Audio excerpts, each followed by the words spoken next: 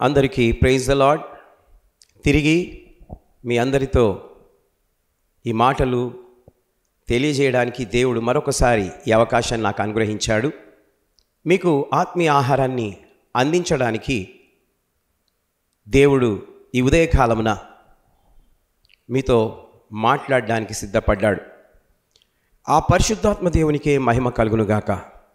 ప్రభునందు ప్రియమైన దేవుని బిడ్డలారా, ఈ ఆత్మీయ ఆహారం ఎప్పుడైతే నేను అందిస్తూ ఉన్నానో, అందించడం మొదలుపెట్టానో, చాలామంది చాలా కామెంట్స్ చేస్తూ ఉన్నారు.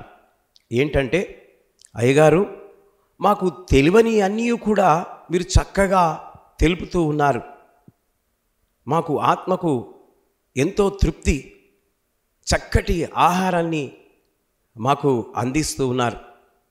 కాబట్టి ఆ దేవునికే మహిమ కలుగునుగాక.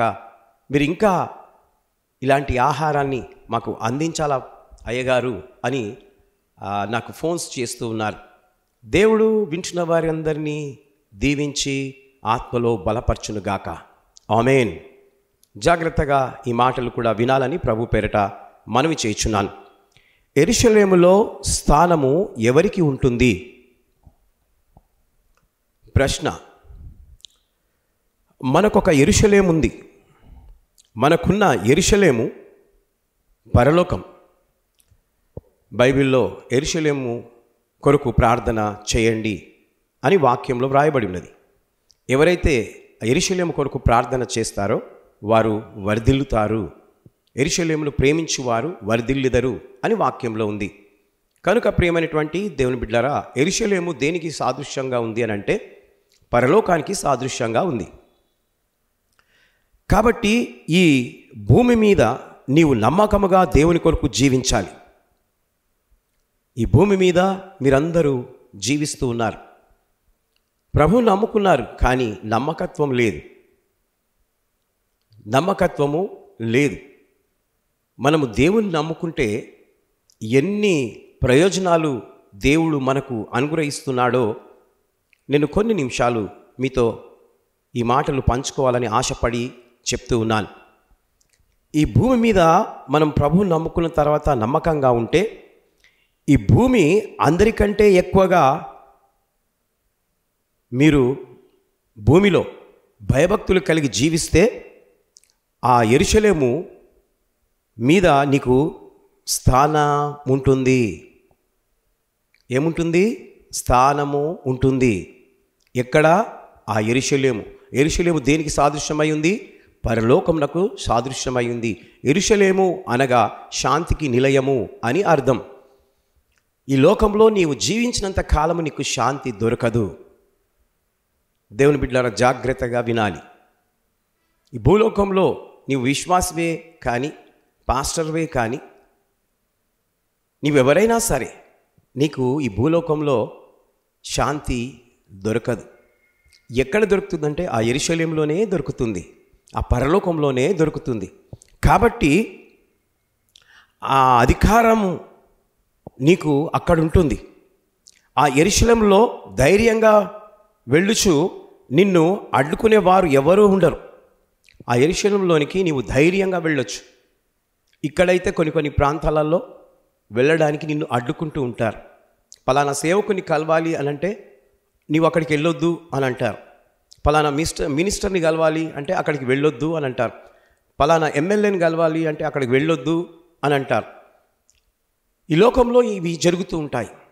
నువ్వు ప్రభువునందు భయభక్తులు కలిగి జీవిస్తే నిన్ను ఆ యెరూషలేములోనికి వెళ్ళడానికి ఎవరు అడ్డుకోరు. హల్లెలూయా. కాబట్టి దేవుడు కోరుతూ ఉన్నాడు, ఆ యెరూషలేములో ఎవరు ఉంటారో తెలుసా? ఆ యెరూషలేములో ఎవరుంటారో తెలుసా? యేసు ప్రభువు వారు ఉంటారు. ఆ యెరూషలేములో గాబ్రియేలు దూత ఉంటుంది. ఆ యెరూషలేములో మిఖాయిలు దూత ఉంటుంది. 24 పెద్దలు ఉంటారు. సేరుబులు ఉంటాయి, కేరుబులు ఉంటాయి. అదే ప్రకారము కోటాను కోట దూతలు ఆయనను స్తుతిస్తూ, మహిమపరుస్తూ, వారు ఆరాధిస్తూ ఆ స్థలమంతా దేవుని మహిమతో నిండుకొని దగదగా మెరిసిపోతూ ఉంటుంది.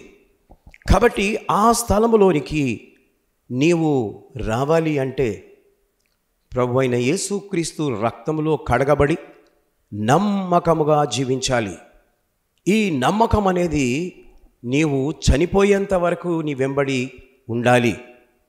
ప్రియమైనటువంటి దేవుని బిడ్డారా, అపనమ్మకము నీకు ఉండకూడదు. సాతానుడు, దుష్టుడు అపనమ్మకాన్ని నీకు తీసుకొచ్చి పెడతాడు. అప్పుడు నీవు నమ్మకము నుండి తొలగిపోకూడదు. నీ నమ్మకాన్ని జాగ్రత్తగా కాపాడుకోవాలని దేవుడు కోరుతూ ఉన్నాడు. అక్కడ దేవుడితో నీవు నేను కలిసి ఆరాధిస్తూ ఉంటాం. ఎంత భాగ్యం అండి! దేవుడు అది మనకు ఉచితంగా ఇస్తున్నాడు. కేవలం ఈ భూలోకంలో నీవు భయభక్తులు కలిగి దేవుని మీద నమ్మకం ఉంచుకొని నీవు జీవిస్తే నీవు మరణంతంలో నీకు ఆ యెరూషలేములోనికి వెళ్ళే అవకాశాన్ని ఆ యేసయ్య నీకు అనుగ్రహిస్తూ ఉంటాడు.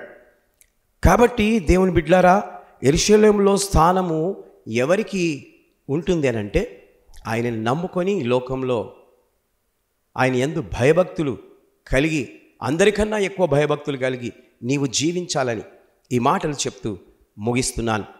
దేవుడు ఈ మాటలను దీవించి ఆశీర్వదించునుగాక. May God bless you.